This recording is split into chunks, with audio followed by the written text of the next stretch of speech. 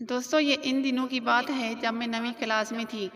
जैसा कि दोस्तों जानते हैं कि मैं कैसी लड़की हूँ, बस मैं बचपन से ही ऐसी थी। खैर दोस्तों, मेरे सर का नाम हारिस था, मुझे रियाजी पढ़ाते थे।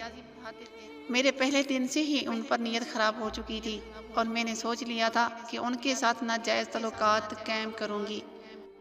वीडियो के आगे बढ़ने से पहले मैं आपको बताती चलूं, अगर आप जानना चाहते हैं कि कौन सी औरत किस मर्द को पसंद करती है और कौन सी औरत में हम बिस्तरी की ज़्यादा ख्वाहिश होती है और कौन सी औरत किन मर्दों को ज़्यादातर माइल करती है हम बिस्तरी के लिए, अगर ये सब जिनसी ताल्लुकात आप जानना चाहते हैं तो नीचे डिस्क्रिप्शन पे लिंक मौजूद है, वहाँ पे जाकर मेरे चैनल को सब्सक्राइब भी करें और वीडियो एंजॉय करें। मेरा मन पढ़ाई में बिल्कुल भी नहीं लगता था। हर वक्त बस अपने उस्ताद के ख्यालों में खोई रहती थी। मैं चाहती थी कि बस किसी भी तरह उनका प्यार हासिल कर लूं और उनका प्यार अपने अंदर समा लूं। खैर यूं ही वक्त गुजरता गया और वक्त के साथ साथ मैं सर से फ्री होती गई। अब हम उस्ताद शागिर्द कम दोस्त ज्यादा हैं। एक दिन यूं ही बातों बातों में उनसे पूछ बैठी, सर क्या आपको किसी लड़की से प्यार हुआ है?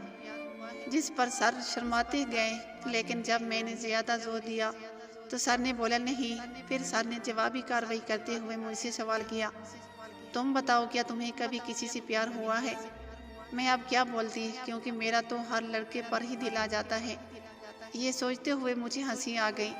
तो सर ने पूछा, हंस क्यों रही हो? मैंने कहा कुछ नहीं, बस कुछ याद आ गया।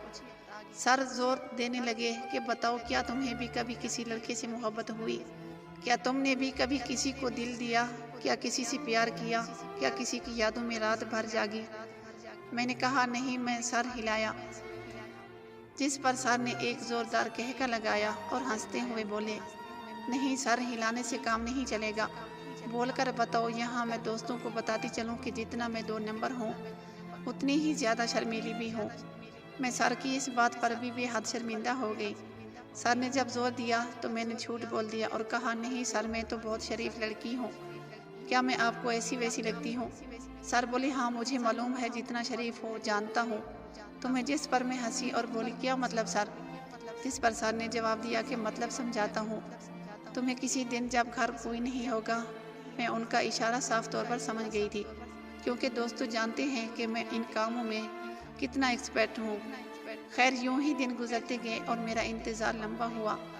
आखिर ख्वाहिशात ज़्यादा होती गई। किस्मत ने साथ दिया और वो दिन भी आ ही गई जिस दिन का मैं इंतज़ार कर रही थी। हमारे गांव में फौतगी हो गई। अम्मी अब्बू को वहां जाना था। मैंने पेपरों का बहाना बना लिया, लेकिन अम्मी अब्बू मुझे अकेला भी नहीं छोड़ना चाहते थे। जिस पर मैंने उनको ये कहकर मना लिया कि मैं अपनी सहेली के घर चली जाऊंगी। जिस पर अम्मी अब्बू मान गए और अम्मी अब्बू ने मुझे मेरी सहेली के घर छोड़ दिया और चले गए।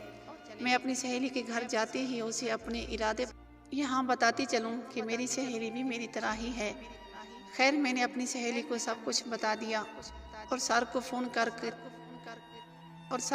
करके कह दिया कि सर आज ट्यूशन पढ़ाने आ जाइएगा। मैं गाँव नहीं गई। फिर मैं शाम तक सहेली के घर ही रही और फिर शाम को अपने घर चली गई और घर पहुंचकर सर का इंतज़ाम करने लगी। आज जल्दबाजी थी और इंतज़ार नाकाबिल बर्दाश्त थी। अज़ियतनाक इंतज़ार के बाद वो घड़ी आ ही गई जिसमें बेसब्री से इंतज़ार कर रही थी। बहर दरवाजे पर घंटी बजी। मैं दौड़ कर गई और दरवाज़ा खोला तो देखा सर खड़े थे। उनको अंदर ले आई। जल्दी से किताबें लेकर पढ़ने बैठ गई। बेसब्री से मेरे हाथ कांप रहे थे। मेरा चेहरा पसीने से भीग गया था। खैर मैंने सर को कहा, सर आज पढ़ने का दिल नहीं कर रहा, गपशप कर लेते हैं। जिस पर सर ने कहा, गपशप किया कुछ और करते हैं। जिस पर मैं शर्मा गई। सर मुझ पर टूट पड़े। दोस्तों मेरी अम्मी अब्बू गाँव से 5 दिन तक वापस नहीं आए और उन 5 दिनों में मैंने और मेरे सर ने वो मज़े किए जो मज़े शायद पूरे लाहौर में से किसी ने नहीं किए होंगे। और इस सब के बाद भी हम काफ़ी एंजॉय कर रहे थे। फिर बाद में सर की शादी हो गई और इस तरह सर मुझे भूल गए, लेकिन मैं उनको आज तक नहीं भूल सकी।